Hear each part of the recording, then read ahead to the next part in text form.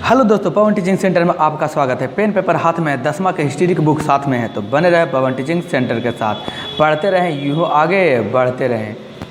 आज हम लोग चैप्टर 3 इतिहास की दुनिया भाग 2 का चैप्टर 3 का क्वेश्चन आंसर करने जा रहे हैं। ऑब्जेक्टिव करेंगे और फिल इन द ब्लैंक करेंगे। अगर आप चाहते हैं तो कमेंट बॉक्स में लिखिएगा, इसका हम लघु उत्तरीय, दीर्घ उत्तरीय और सब्जेक्टिव प्रश्न भी आपको हम सोल्यूशन करके बता देंगे।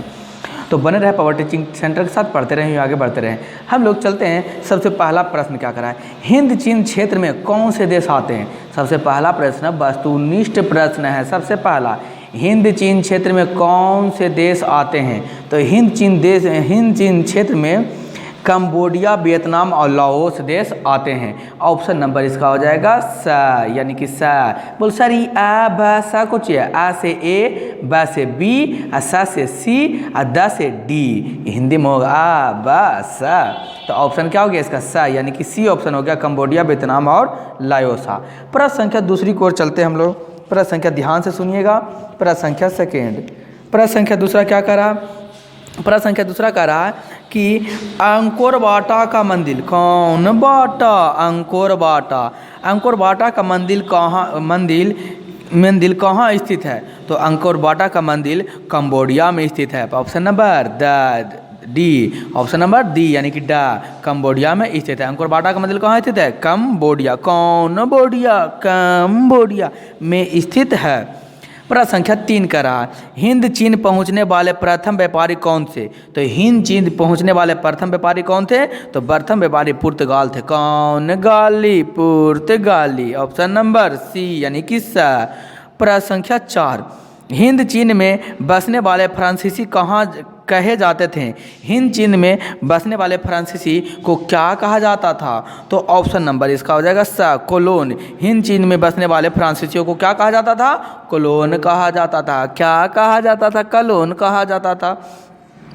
प्रश्न संख्या 5, कह नरोत्तम सिंहानु कहाँ के शासक थे। नरोत्तम सिंहानु कहाँ के शासक थे। तो क्वेश्चन नंबर कौन होगा, नरोत्तम सिंहानु जो थे कंबोडिया के शासन थे। कहाँ के शासन, कंबोडिया के शासन नरोत्तम सिंहानु थे। Option question number 6, question number 6 में हम लोग चलते हैं। कह रहा है कि क्वेश्चन नंबर 6 में क्या कह रहा, the Hindi of the loss of Vietnam किसने लिखी है। अगर आप इस प्रश्न को जानते हैं तो नीचे कमेंट बॉक्स में जल्दी लिख के हमसे पहले आप बता दीजिए कि क्या होगा।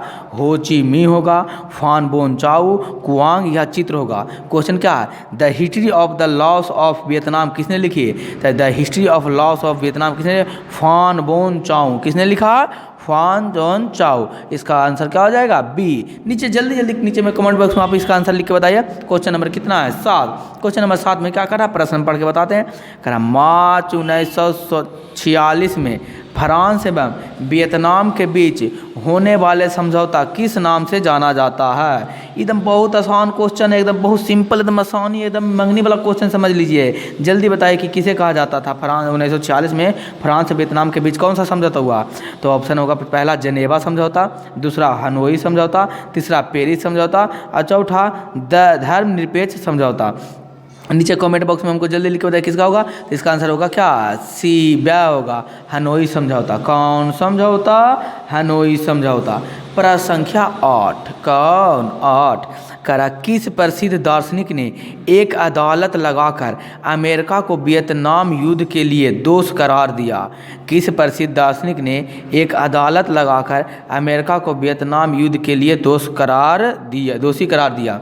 Option number A Russell, option number ब Ho Chi Minh, option number स नरोत्तम सिंहानु, ऑप्शन नंबर द रूसो ने।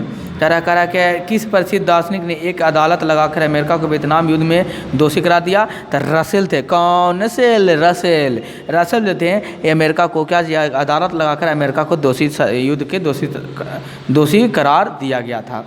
प्रश्न संख्या 9, कौन संख्या, प्रश्न संख्या कितना, 9। हिंद चीन क्षेत्र में अंतिम युद्ध समाप्ति के समय में अमेरिका राष्ट्रपति कौन थे। हिंद चीन क्षेत्र में अंतिम युद्ध समाप्ति के समय अमेरिका के राष्ट्रपति कौन थे। तो अमेरिका के राष्ट्रपति कौन थे, निक्सन। क्या नाम है, Nixon. Option number B. Question number 10 में कह रहा हो आंदोलन किस प्रकृति का था। हो आंदोलन किस प्रकृति का था। क्रांतिकारी था, धार्मिक था, साम्यवादी समर्थन था या क्रांतिकारी धार्मिक था। तो हो आंदोलन किसका था। क्रांतिकारी धार्मिक आंदोलन था। तो ऑप्शन नंबर क्या इसका हो जाएगा, द हो जाएगा। अब हम लोग चलते कौन स्थान, रिक्त स्थान। अजी कौन स्थान, रिक्त स्थान। तो रिक्त स्थान में हम लोग देखते हैं, रिक्त स्थान में करा 12वीं शताब्दी में राजा सूर्यवर्मन द्वितीय ने, कौन शताब्दी, 12वीं शताब्दी में राजा सूर्यवर्मा द्वितीय ने ...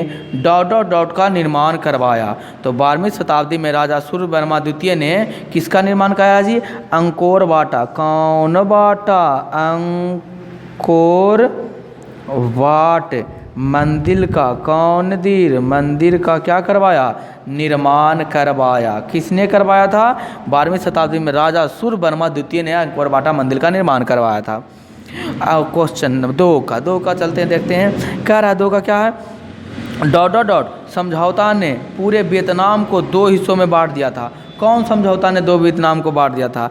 तो कहेगा जेनेवा। कौन नेवा, जेनेवा। कौन झौता, तो समझौता, जनेवा समझौता। जनेवा समझौता ने, सॉरी समझौता तो लिखा है तो नहीं भी आप लिख सकते हैं। जिनेवा समझौता ने पूरे वियतनाम को 2 हिस्सों में बांट दिया था। अगर क्वेश्चन पूछ दे कितनी अक्षांश में बांटे थे, 17वीं अक्षांश में क्या कर दिया था, इसको बांटा गया था, जो लिखा नहीं। अगर आपसे पूछ दे कि कितने अक्षांश में बांटा था, तो 17वीं अक्षांश में बांट दिया था, 2 भागों में। 17वीं अक्षांश से 2 भागों में बांट दिया था, उत्तरी वियतनाम और दक्षिणी वियतनाम को। करा हो चिन मिन। तो जिनेवा समझौता ने वियतनाम को क्या भागों में बांटा, 2 भागों में। कौन कौन, उत्तरी वियतनाम और कौन वियतनाम, दक्षिणी वियतनाम। ऊपरी वाला भाग को उत्तरी वियतनाम और नीचे वाला भाग को कौन वियतनाम कहते हैं, दक्षिणी वियतनाम कहते हैं। प्रश्न संख्या 3 करा हो चिन मिन का दूसरा नाम क्या ... है। तो हो चिन मिन का दूसरा नाम क्या था, तो दूसरा नाम था इसका न्यूगम। कौन गम, न्यूगम आई। कौन आई कबोक। क्या दूसरा नाम था, हो ची मिन का दूसरा नाम न्यूगम आई कबोक था। दूसरा नाम क्या था, न्यूबक आई कबोक था। प्रश्न संख्या 4 करा दिएन बिएन फू के युद्ध में, दिएन बिएन फू के युद्ध में ... बुरी तरह हार गए। दिएन बिएन के युद्ध में पूरी तरह से कौन हार गए। तो क्वेश्चन आंसर बनाएगा यहाँ पर फ्रांसीसी। करा दिएन बिएन के युद्ध में फ्रांसीसी बुरी तरह से क्या हो गए, हार गए। कौन गए, हार गए। प्रश्न संख्या क्या है, 5 है। अनामी दल का संस्थापक। कौन दल का संस्थापक, अनामी दल का संस्थापक ... क्वेश्चन को होगा जॉन गुयेन। कौन गुयेन, जॉन गुयेन आई थे। अनामी दल का संस्थापक कौन थे, जोएन गुयेन आई था। तो ये हो गया आपका रिक्त स्थान। इधर हम लोग चलते हैं, रिक्त स्थान से आगे बढ़ते हैं। तो रिक्त स्थान के आगे इधर क्या दिया हुआ है, अति लघु उत्तरीय प्रश्न। कौन उत्तरीय प्रश्न है, अति लघु उत्तरीय प्रश्न। करा एक तरफा अनुबंधन व्यवस्था क्या थी, एक तरफा अनुबंधन व्यवस्था क्या थी। तो आप चाहें तो इसे कमेंट बना सकते हैं। बाओदोई कौन था, हिंद चीन का अर्थ क्या था, जिनेवा समझौता कब और किसके बीच हुआ, हो आंदोलन की चर्चा करें।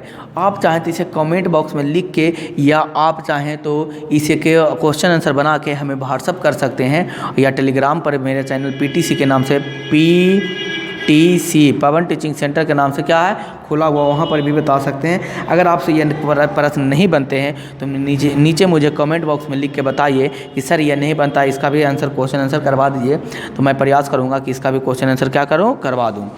तो यही था। इसके पास लघु उत्तरीय प्रश्न है। लघु उत्तरीय प्रश्न में भी कितने प्रश्न है, 5 प्रश्न, इसको भी बना लीजिएगा। फिर दीर्घ उत्तरीय प्रश्न है, दीर्घ उत्तरीय प्रश्न में भी कितने 5 प्रश्न है, इसे भी क्या कर दीजिएगा, बना लीजिएगा। अगर नहीं बनेगा तो नीचे कमेंट बॉक्स में मुझे लिख के बताइए, मैं उसे दोबारा बनाने का प्रयास करूंगा। तो बने रहे पवर टीचिंग सेंटर के साथ, पढ़ते रहिए, आगे बढ़ते रहें। आज के लिए बस इतना ही। फिर हम लोग कल अगला चैप्टर में अगर कहिएगा तो हम इसका क्वेश्चन आंसर भी करवा देंगे। उसके बाद मैं अगला चैप्टर में भारत में राष्ट्रवाद के बारे में क्या करेंगे, पढ़ेंगे कि भारत में राष्ट्रवाद किस तरीका से हुआ और क्या क्या भारत में राष्ट्रवाद की घटना कैसे कैसे घटी। हम लोग पहले तो पढ़ेंगे चीन में, हो ची मिन में यानी वियतनाम में किस तरीका से राष्ट्रवाद फैला। आप पढ़ेंगे हम लोग कि भारत में कैसे राष्ट्रवाद फैला। तो अगर दोस्तों दोस्तों अगर वीडियो आपको अच्छा लगा तो लाइक और शेयर और सब्सक्राइब करना ना भूलें और ज़्यादा से ज़्यादा अपने दोस्तों तक यह वीडियो को शेयर करें। तो बने रहे पवन टीचिंग सेंटर के साथ। मैं आपको अंत में यह बोलूँगा, छोटे को प्यार करें, बड़े को सम्मान करें, अपना व्यक्तित्व इस तरीक़े से कायम रखें कि स्त्री भी आपके साथ सुरक्षित महसूस करे। तो बने रहे पवन टीचिंग सेंटर के बाद अंत तक। आपका वीडियो देखने के लिए धन्यवाद। फिर हम लोग मिलते हैं अगले क्लास में।